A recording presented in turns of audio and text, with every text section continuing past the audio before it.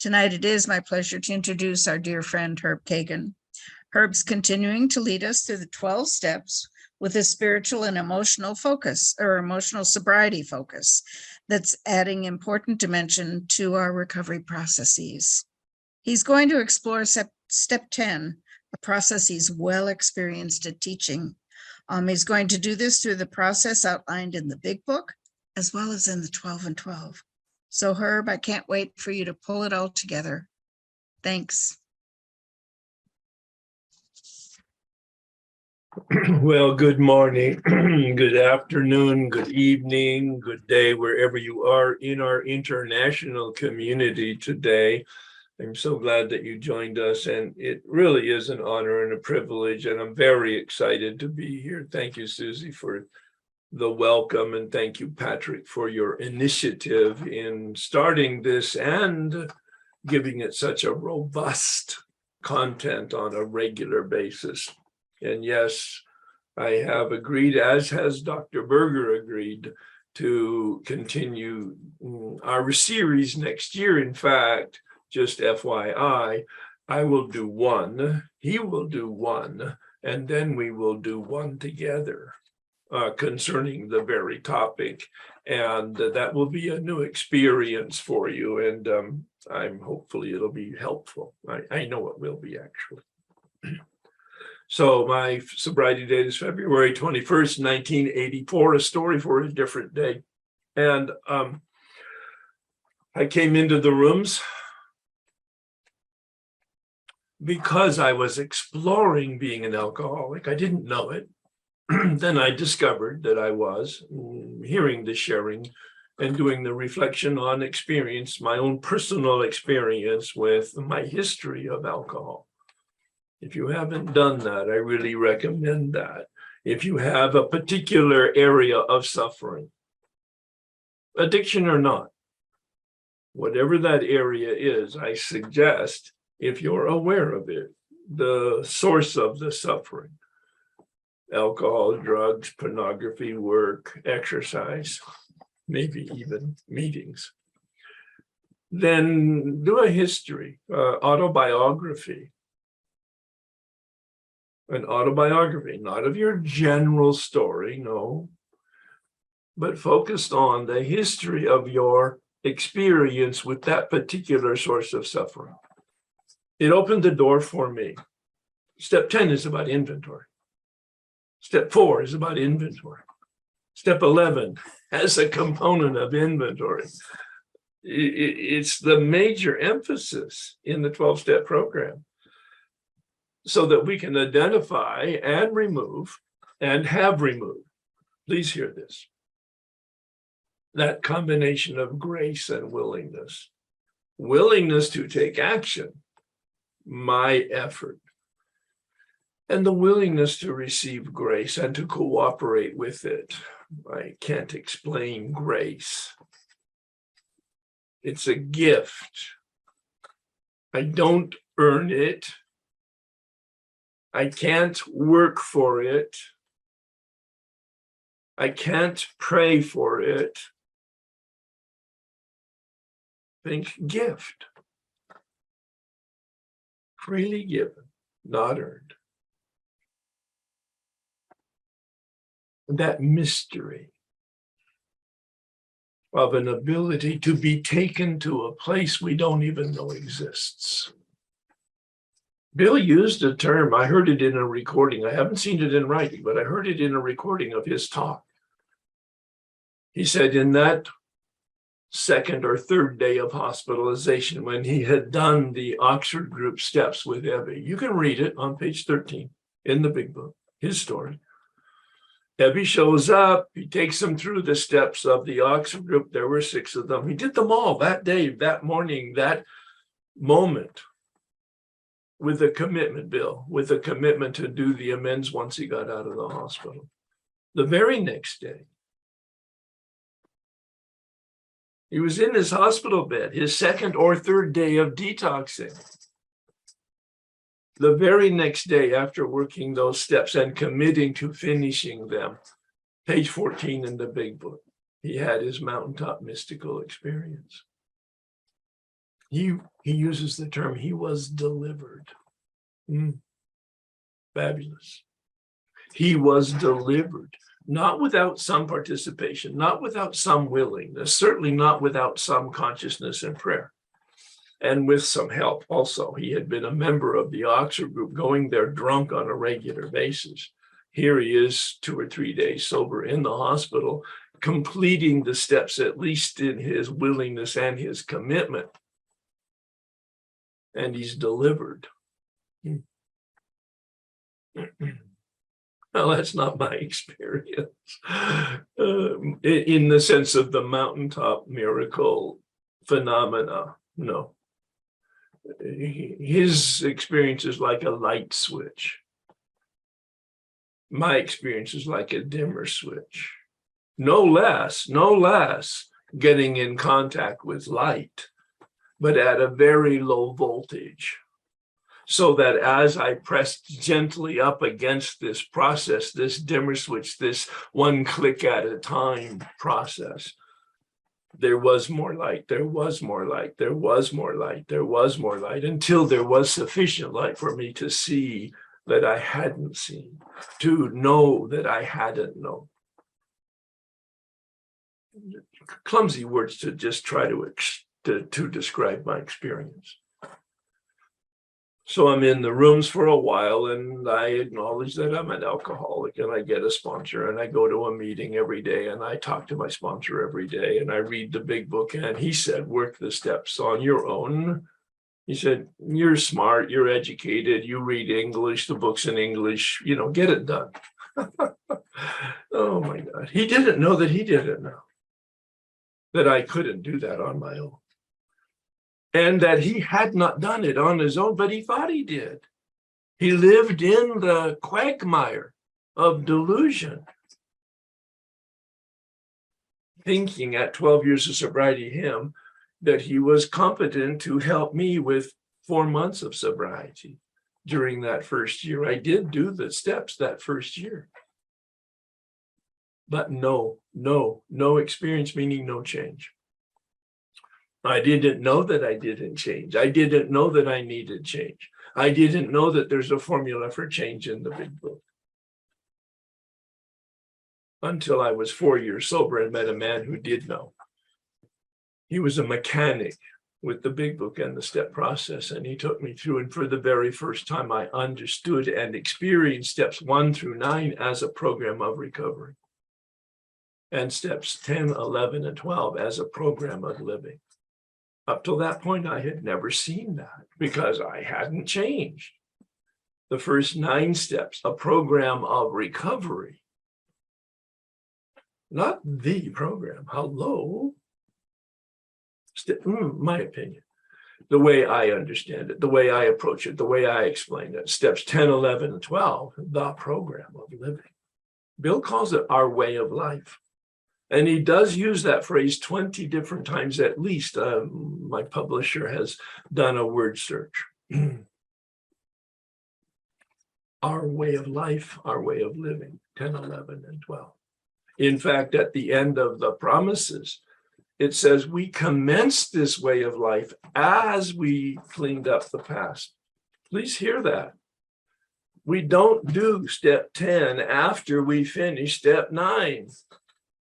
I mean, at least if I'm a literal interpretation correct on the big book, it says we commenced, that means begin, this way of life as we clean up the past. So when I take people through the work and they have completed their 8th step and they understand the dynamic and the dance of the 9th step, I give them instructions on 10 and then 11 and then 12 so that they can be doing steps 10, 11, and 12 as they're doing step 9, receiving power to do something which we're not capable of doing, at least effectively on our own. That is the 9th step.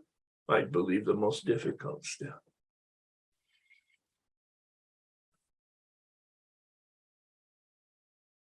Step 10. Continued to take personal inventory. You see, in step 4, it says we take a moral inventory. Here in step 10, it says we take a personal inventory. Pay attention to the words. Bill's a wordsmith. He doesn't use words carelessly. He uses them very carefully. Step 4, a moral inventory, not in contrast to immoral. Look up the word moral. It means a set of values. That's what we do in step 4, is identify principles of the universe, universal principles of human nature. Some people call them spiritual principles. I don't want to do that because lots of people have resistance to the word spiritual. These are just principles of life, principles of human behavior. Immutable and non-negotiable principles. Well, think about gravity. That's a law, a principle of physics. Doesn't matter what you think or know or feel or want or need. Physics just is. Gravity just is. In our atmosphere, in our world. It doesn't change. Immutable. It doesn't respond to personal needs. No, if you jump off a 30-story building, having great wings and a lot of training and physical development, and you want to fly, you're going to die. No, because the law of physics doesn't care how you've prepared and what you want. Just is reality.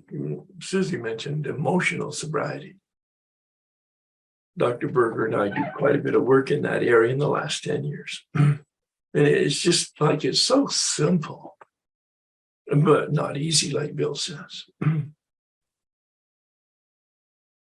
Reality is reality. 100% of the time.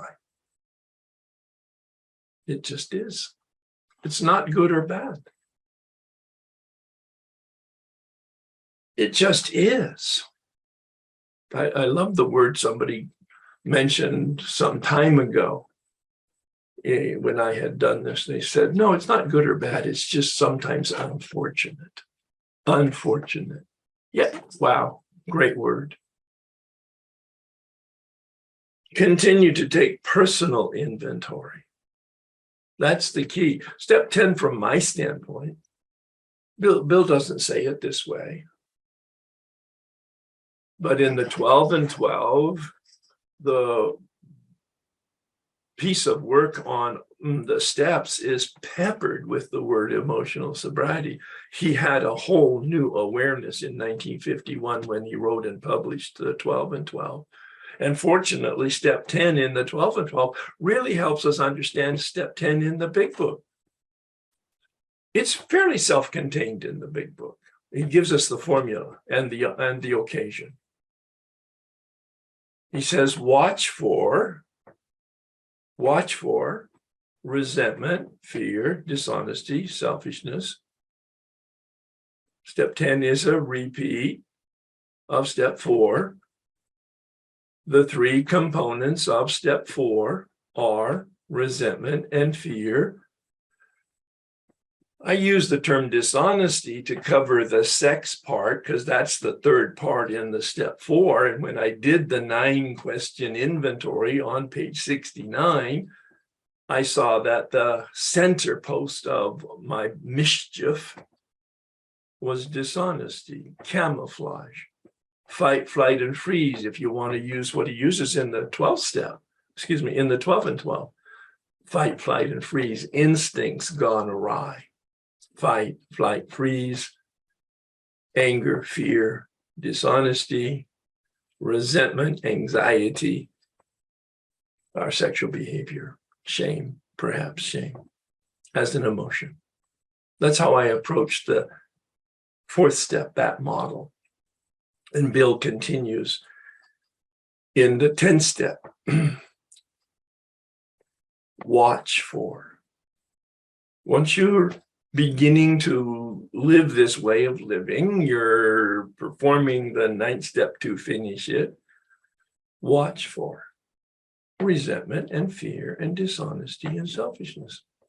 I mean, that's in the big book, page 84. Then he says, when they crop up, doesn't say if, when they crop up, because we never transcend our humanity. For those 30 or 40% of you who are perfectionists, this is really good news. Take a deep breath. Relax your shoulders, relax your heart, relax your gut. Doing the best you can is, in fact, the formula for success. And while you're doing the best you can, to acknowledge that it really isn't the best you can, but it's what you can do right now, and it's what you will do right now, and it's okay. That's emotional sobriety. I think step 10 is the tool of emotional sobriety. The first 9 steps are the tools that will deliver us to physical sobriety. Read the big book. I'm a big book literalist and fundamentalist in the best of senses. On page 84, it says, we are placed in a position of neutrality. Hear the delivery. Hear the grace. We are placed. Hear the miracle. In a position of neutrality. He says, we're not fighting. We're not resisting it.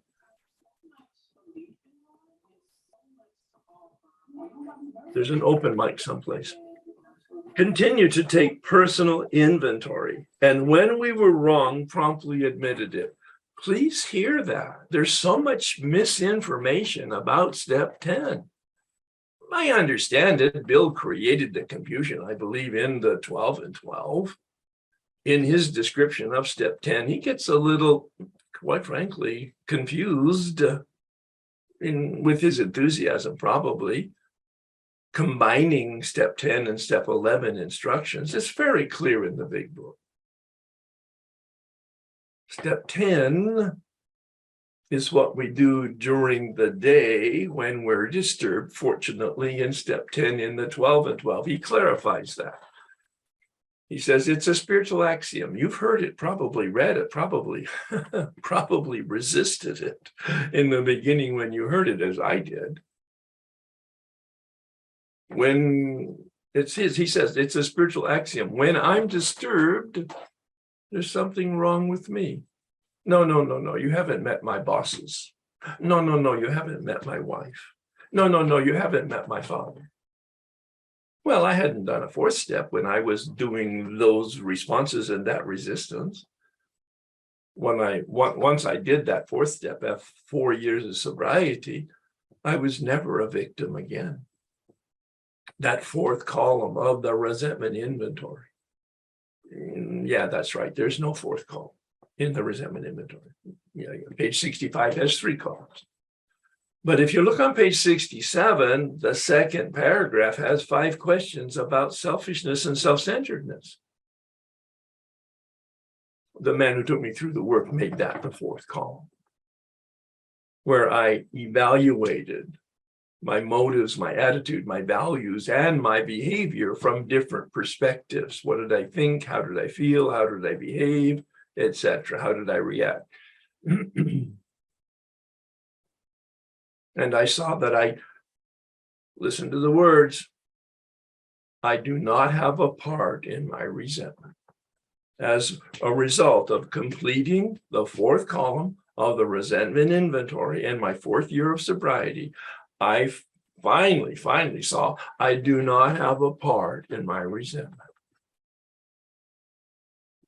I have the whole goddamn thing.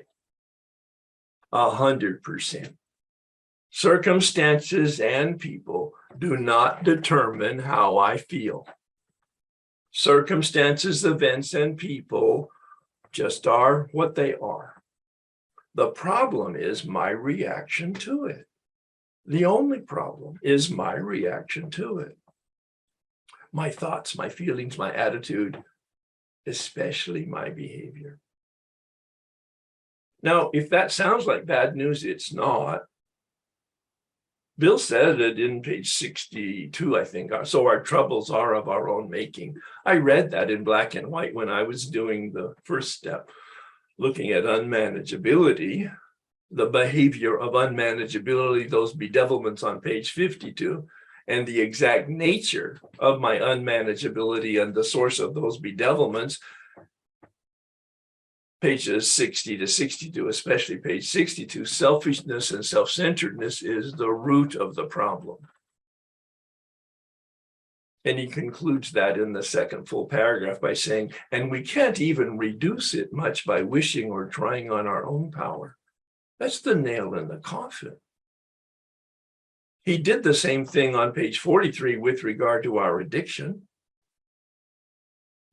There'll come a time and a place where we'll have no mental defense against the first string. We need God's help. Structurally, that's how the big book then launches us into step 2, but that wasn't my experience. This man took me into chapters 4 and 5 to try to understand and experience unmanageability. That's so connected to step 10. Unmanageability is the human condition. I believe that's why on page 84, 85, Bill says we're not cured. We have a daily reprieve, not from our addiction. That's done. That's history placed in a position of neutrality. But we're not cured of our unmanageability. We have a daily reprieve from our unmanageability by incorporating a daily practice of 10, 11, and 12. Our way of life, our way of living. And so in step 10, in the 12 and 12, he actually clarifies the use of step 10. We don't do it at night. I don't care whether you do it at night, but that's not the instructions in the big book or the 12 and 12. And we don't do it in writing. That's not the instruction in the big book or the 12 and 12. It doesn't matter what you do. I mean, as long as you do it, of course. But I'm trying to help us all understand the proper use of step 10. It's kind of like your cell phone. As a woman, you might carry it in your purse. As a man, I have a little thing that saddles it up to my belt. I'm never separated from my phone. I don't use it. I'm not managed by it, but it's available to me. It's the tool of communication, of contact. Step 10 is the tool that we use when we're disturbed. Spiritual axiom, when we're disturbed, there's something wrong with me. It's a yellow light flickering on the dashboard. Oil's low, radiator's hot, tires are low. It's just indicating something's amiss. Disturbed is not a negative. It just says, okay, you're out of alignment. Many of you were here when I did step 3.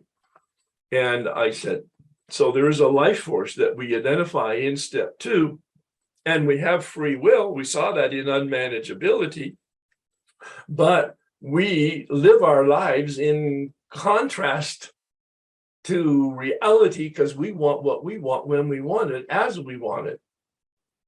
And the whole point of step 3 is the turning to be in alignment with reality, turn our will and our life over to the care of God, not to God. That's not how the step reads. I'm very clear, and I'm actually quite intense about that. Because I'm responsible for my life. I'm responsible to find the power of a relationship with power, to be empowered to live my life so that when I'm disturbed, I take responsibility with the flickering of the emotion, whatever that is, resentment, fear, dishonesty. At the root of it is self-centeredness, and I need to turn, and I will include, I need to be turned, because it's this partnership of willingness and grace. my willingness to take action, my willingness to listen, my willingness to take responsibility, and then to take the actions of course correction, the word I use for step 10, course correction. I make mistakes. I'm still, I have a vibrant consciousness and awakenedness and a spiritual life. I make mistakes all the time. I slip off the path, especially with my somewhat intense nature sometimes, or my impatience sometimes, or with my arrogance sometimes, or with just my lack of awareness and consciousness at that time, the insensitivity and the unkindness that comes from that. No, that's probably a regular checklist for me on a weekly basis, daily basis.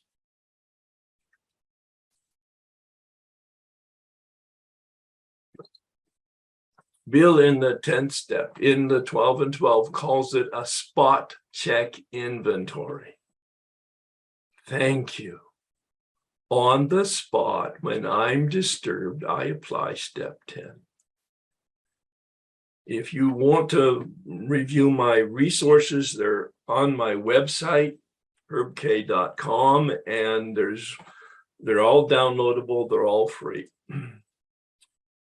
We're in the bondage of addiction until we're not. We're in the bondage of self on a daily basis, despite our relationship with our addiction. We're never clear of our unmanageability. Notice pathetic Herbie there. Anytime that he thinks he's in jail, all he has to do is look around and drop the bars, because there's no ceiling, there's no floor, there's no walls holding it. There's just pathetic Herbie, the victim, one more time, preventing his freedom. The whole point of the first 3 steps is to find power.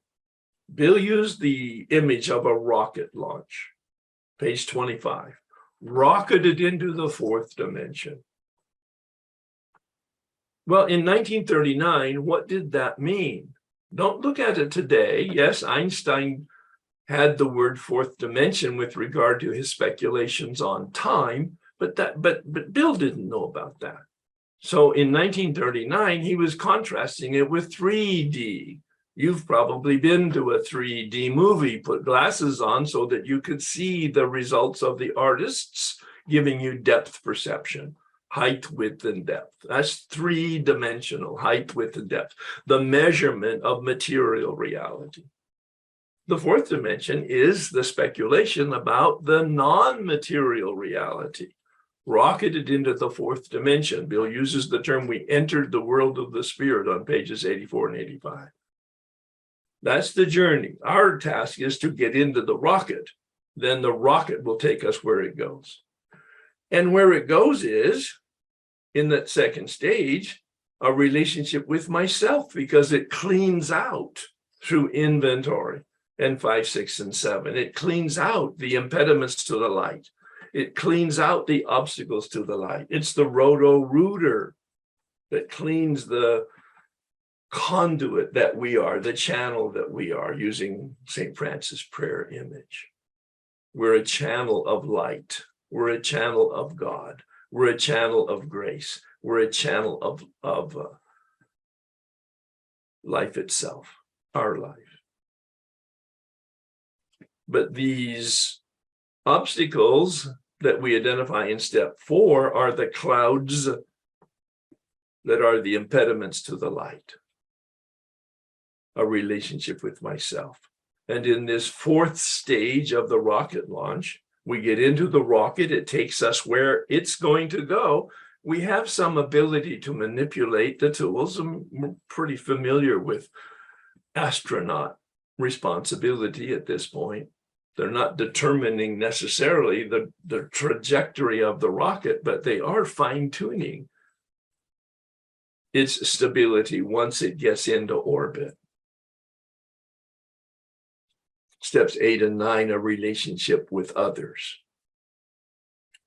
The first stage, a relationship with power. The second stage, a relationship with myself. The third stage, a relationship with others. Bill uses the term recovered. I don't publicly use that term. I don't want to make myself unique or different than the culture that has developed in my area around how you announce yourself. I'm Herb. I'm an alcoholic. I'm not Herb K. I'm not Herb Kagan. I have no real opinion about that. I've done a study about anonymity, and I have some information, and I have a conclusion for myself. There is some controversy, of course, about how to introduce yourself. In New York, it's quite clear. First name. In Akron, it's quite clear. Bob Smith. Use your last name. That's the controversy. Some people use lots of words when they introduce themselves. Challenge yourself on your motive for that. Bill talks about recovered on the title page of the big book. How hundreds of thousands of alcoholics have recovered. What he means by that is they've completed step 9 and they've been placed in a position of neutrality. At least that's my image of it.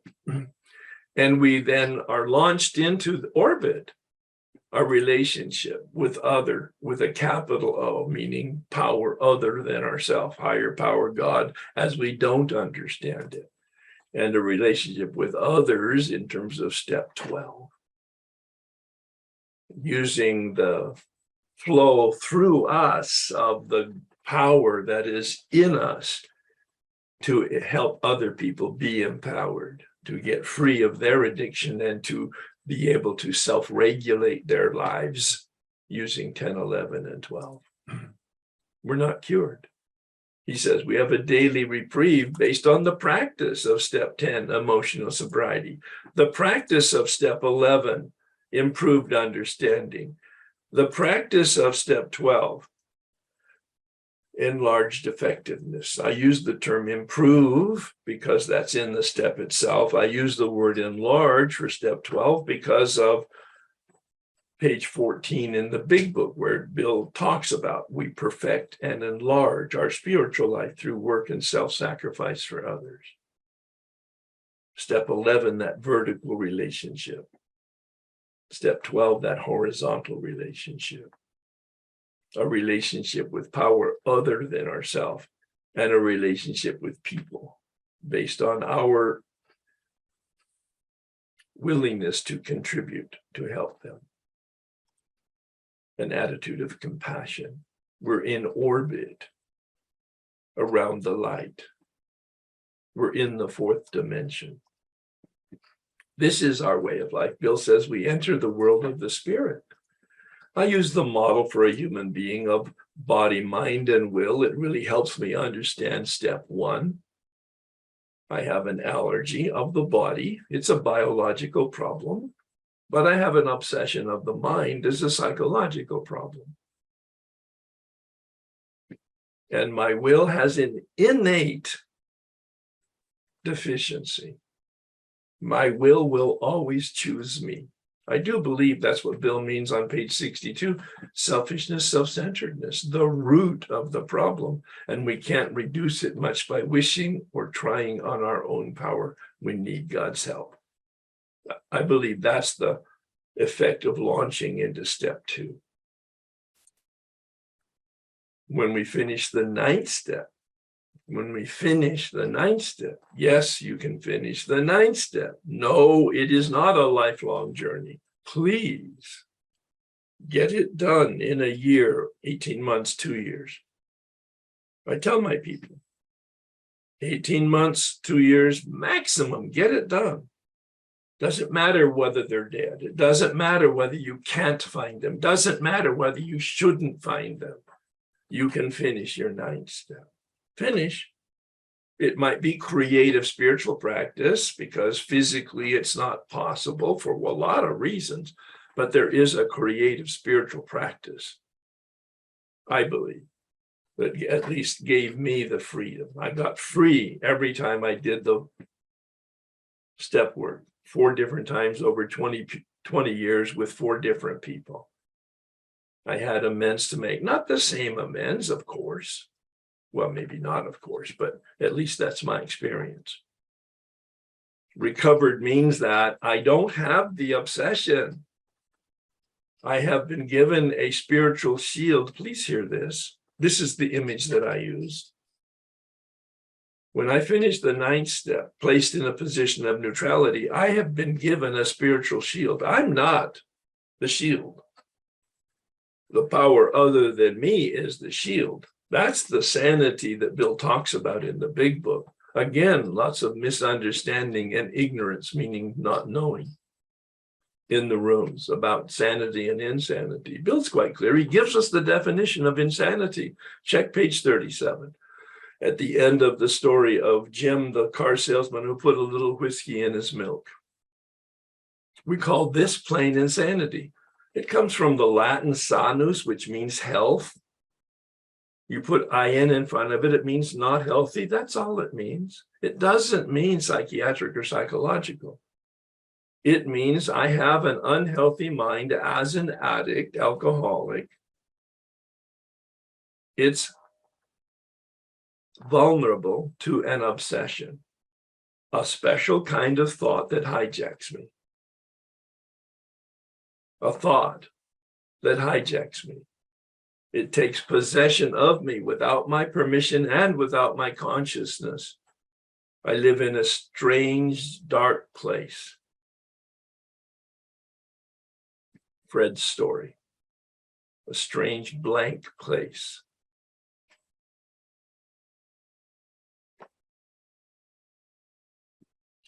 My mind says to me in a believable way, it'll be different this time. And it never is different in terms of what I mean by it. It's always different in the sense of deterioration and disintegration. And I can't see that I can't see, and I don't know that I don't know, and I repeat this behavior.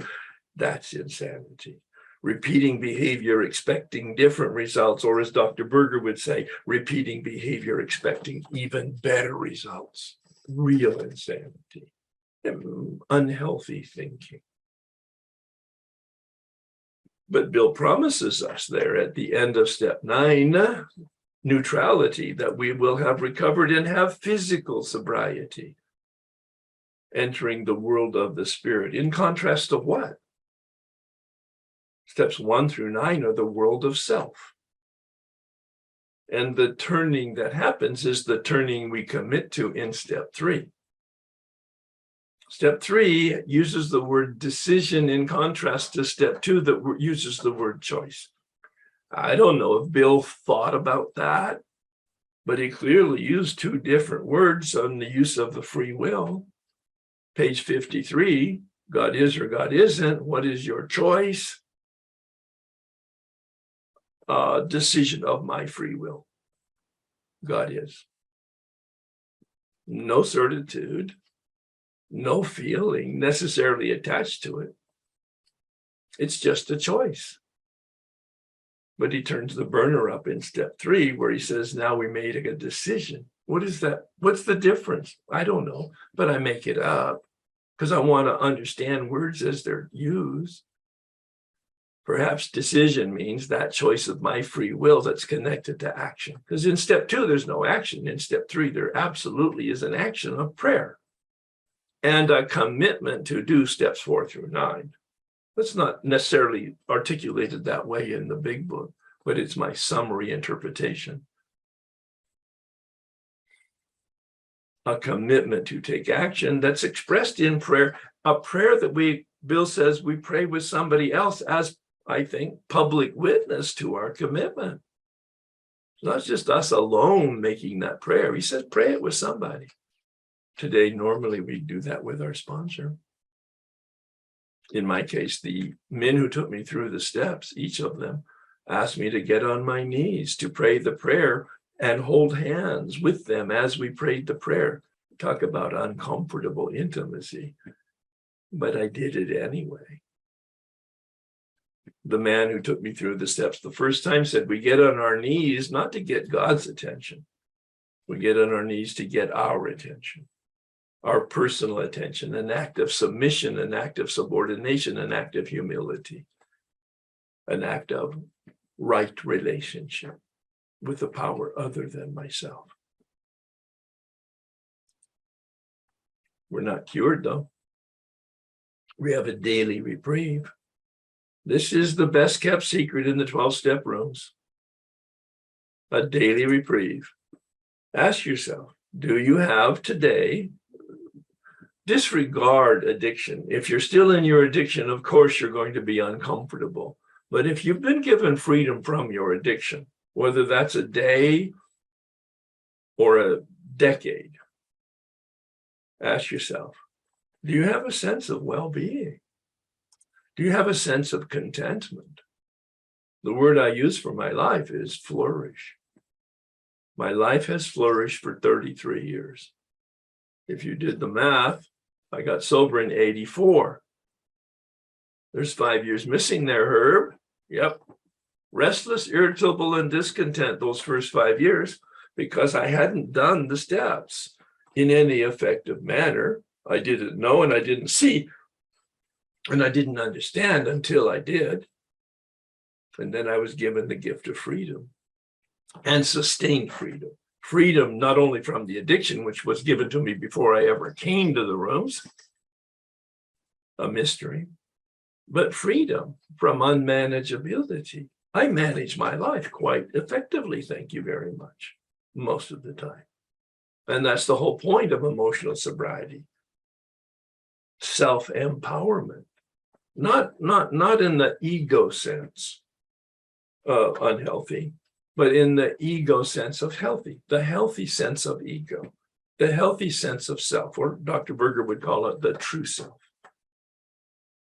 That I have this deep center inside of me, rock solid.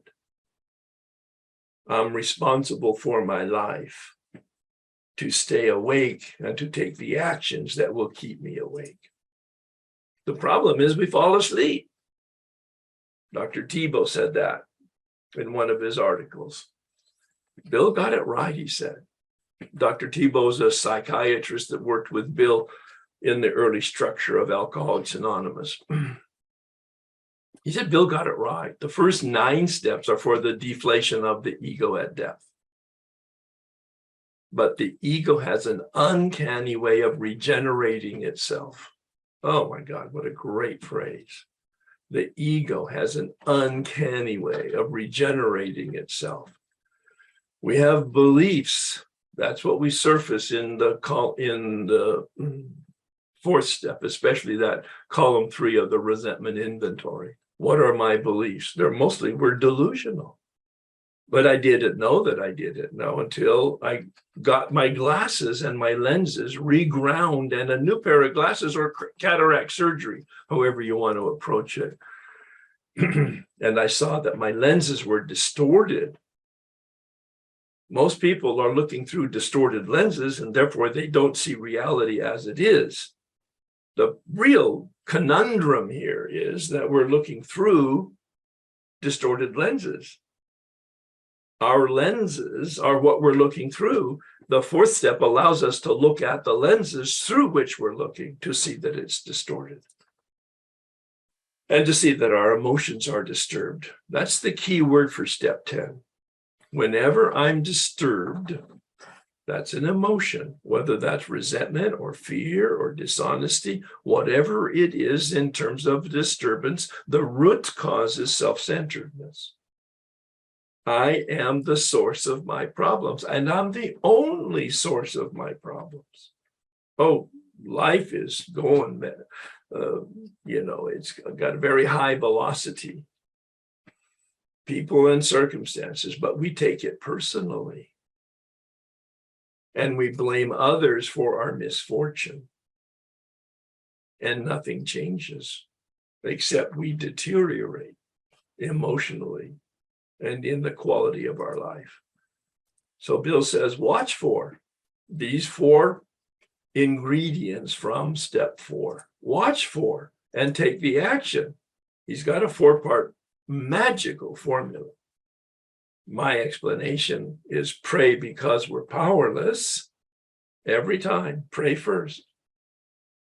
A recognition that there is help and that help is available. But he says very clearly, very quickly, discuss it with someone. He doesn't say sponsor because the word's not even in the big book. The word sponsor is not in the big book. Discuss it with someone, anyone, not necessarily a person in the program. Make amends. Well, if you're disturbed, if I'm disturbed, normally I will be disturbing other people. But there's not always an amend to make because there's not always harm done. Again, another piece of misinformation in the program. Just because I have a resentment doesn't mean I've created harm to other people. But check it out. And the final, that's why it's in all caps. The final piece of this dance is to help somebody else. Oh, I misspoke. Bill doesn't say that. He actually says, we think about helping somebody else. It doesn't say that we actually help them. Pay attention to the words. Bill recognizes, I'm sure, that in the moment that we're disturbed, we might be in a place of responsibility at work or at home or at church or in some other kind of event that doesn't allow us to actually move our feet to help somebody else, but that we can think about it and then make a resolution to when in fact it's appropriate and responsible. The time is right. But this is the 4-part dance. Bill gives us this wonderful confirmation in step 10 in the 12 and 12, a spot check inventory. Oh, when I'm disturbed on the spot, not in writing, there's no indication of that in either of the books. Not at night. The big book is very clear. The 12 and 12 is not that clear. But I believe because of Bill's use of the word spot check inventory, that what he does mean, the proper use of the step 10 tool is like my cell phone attached to me in some responsible way. I take the action when I'm disturbed. Whatever, I take a pause. The pause is probably the key to emotional sobriety. And the longer the pause, the more effective will be the response, in contrast to the reaction when there is no pause. A reaction is hardly ever effective. A response is probably most always a response thoughtful, imbued with compassion and intention. A response is always probably going to be helpful to us and the people around us. And so then I construct the results of doing this. It's not in either of the books, but it is my experience. And the dictionary says the opposite of resentment is forgiveness. Resentment is holding on to anger. Forgiveness is the release of it. Look it up in the dictionary. To release. The opposite of fear is trust. The big book does say that, actually, in the fear inventory. Page 68, 69, 68. The opposite of dishonesty, obviously, is honesty. In chapter 5, how it works, he spends how it works. Hello. He spends the first 2/3 of the page 58, talking about honesty and rigorous honesty. For those who have the capacity for it, meaning biological, psychological capacity for it. Rigorous honesty. And again, the final turning is step 12. The final turning is to think about and take action on for the benefit of somebody else. This is emotional sobriety. Being awake and being part of a community from a helpful standpoint. This is the prayer I use, which is a variety of, a morph of, a adaptation of the 7-step prayer. My Creator, I am now willing that you should have all of me, healthy and unhealthy. I pray that you now remove from me every single inclination and behavior that came out of my step 6 and 7 experience, that stands in the way of my usefulness to you.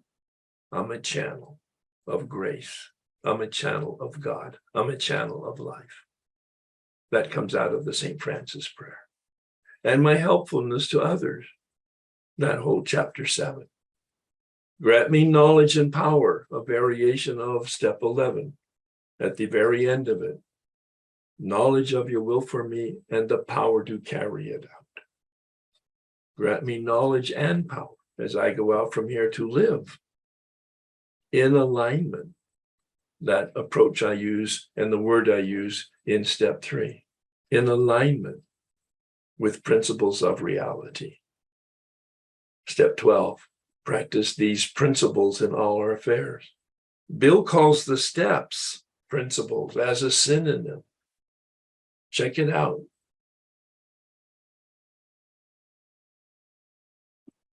Page 60, I believe it is. At the conclusion of listing those 12 steps. Amen. The tool for emotional sobriety. Next time, 2 weeks from now, I'll talk at some depth and breadth about emotional sobriety connected to the tool of step 10, the intervention tool, to allow us to turn back to be in alignment with the flow. Thanks.